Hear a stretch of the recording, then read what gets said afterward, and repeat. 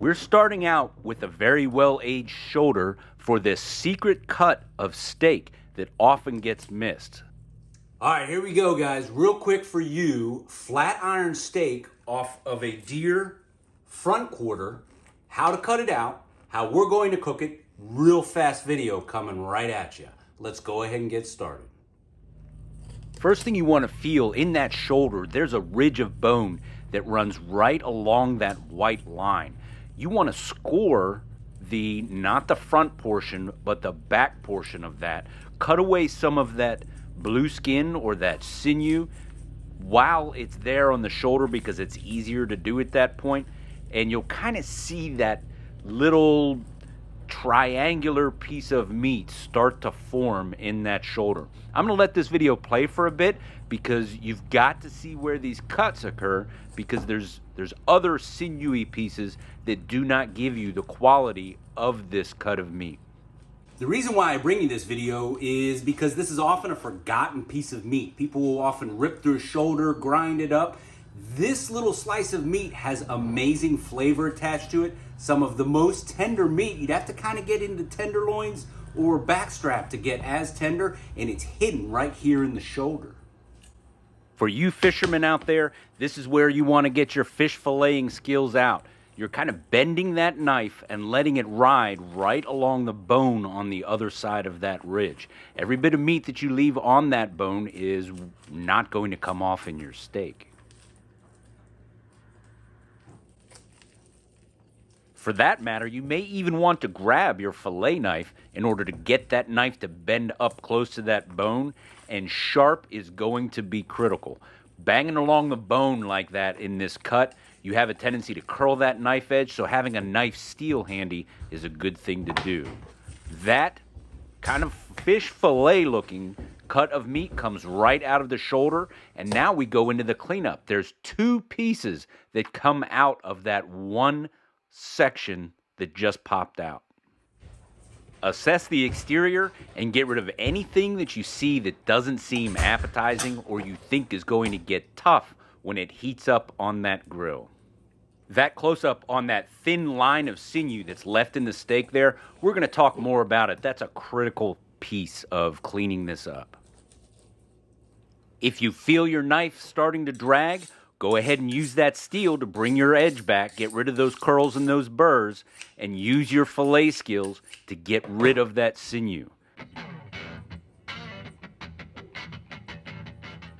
You want to start with giving yourself a little piece of sinew to hold on to and hold the steak, and run right along that blue skin.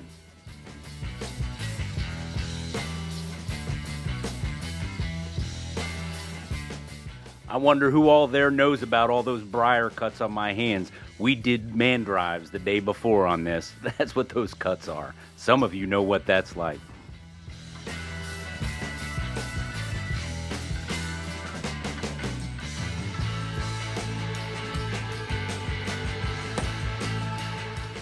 There it is. That's the basic exterior cleanup.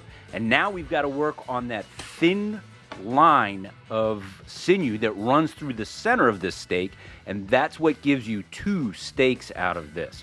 You start again giving yourself a little piece to hold on to and use your filleting skills to run right along that sinew, and you're kind of trying to split it, and you'll finish cleaning it up once it's separated.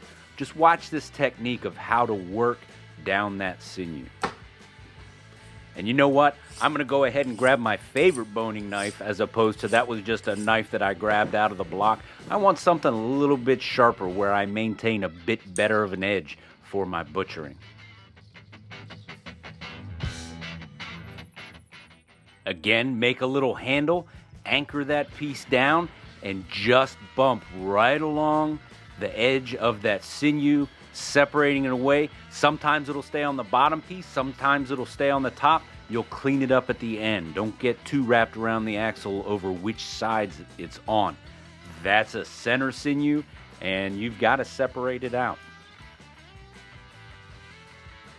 You'll see in just a second, I play a little bit with the angle of that knife to to get what I feel is the perfect, there it is right there, the perfect bend in order to stay along that sinew. Oftentimes I like these cheaper boning knives.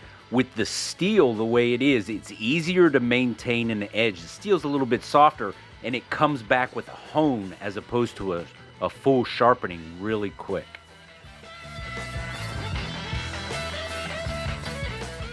And there we go, we're down to just kind of a final cleanup. This was actually a pretty small doe. You'll get better sized steaks out of larger deer, obviously, but just keep an eye out for those shoulders that are worth pulling this out as opposed to grinding it up. The larger the deer, the bigger the steak will be. So I've got two shout outs to give. First one being Bearded Butcher sent us over this black seasoning in order to give us a trial with it, as well as Scott Gregg. Some of the cleaning up of this meat came from Scott Gregg Outdoors. Tip of the hat to you guys. That's my grandbaby you hear in the background there. She stopped by for a visit, and now she's saying, "Grandpap, when do I get to eat some deer meat?" This flavor is not overpowering. You'll want to coat this heavily, even with that thin piece of steak. You have to worry a little bit about what the salt content is because it's not a real thick cut of meat that can handle a bunch of salt, but slather it up with that Bearded Butcher black seasoning as well as some olive oil. Just pour it on. It all comes out great on the grill and the cook, especially since there's so little fat and marbling in this venison flat iron steak. You can't put too much oil in.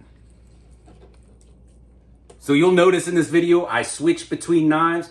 I have just this knife that I grabbed out of the block and then this, my favorite boning knife. You've really got to have a sharp knife in order to pull this off, almost like filleting. Let's go out to the grill area.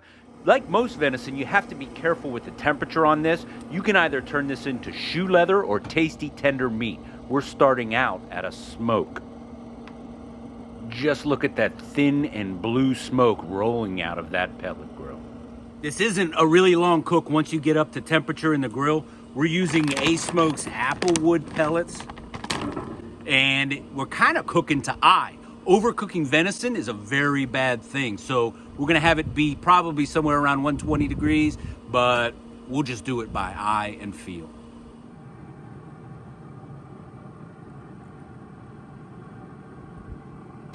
So the grill that you're seeing featured in this video is one sent to us by A-Smoke to give it a trial and bring it back to you for our thoughts on it. Here we are in December, and I don't know what people refer to as this barbecue grilling season. When the deer meat starts coming in, we start grilling.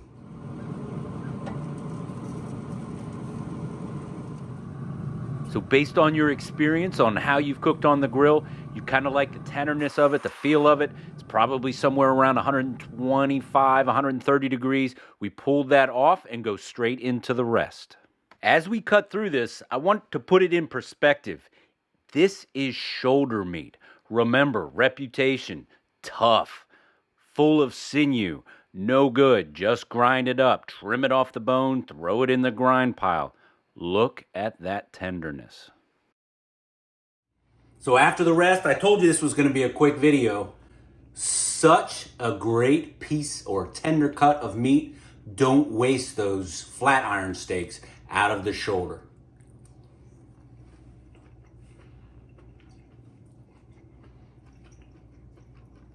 So good. So YouTube says that this video is perfect for your viewing habits. This is my latest upload, and over here's a playlist you might just enjoy. I hope you liked it. If you did, please click like, subscribe, share, and come on back for more.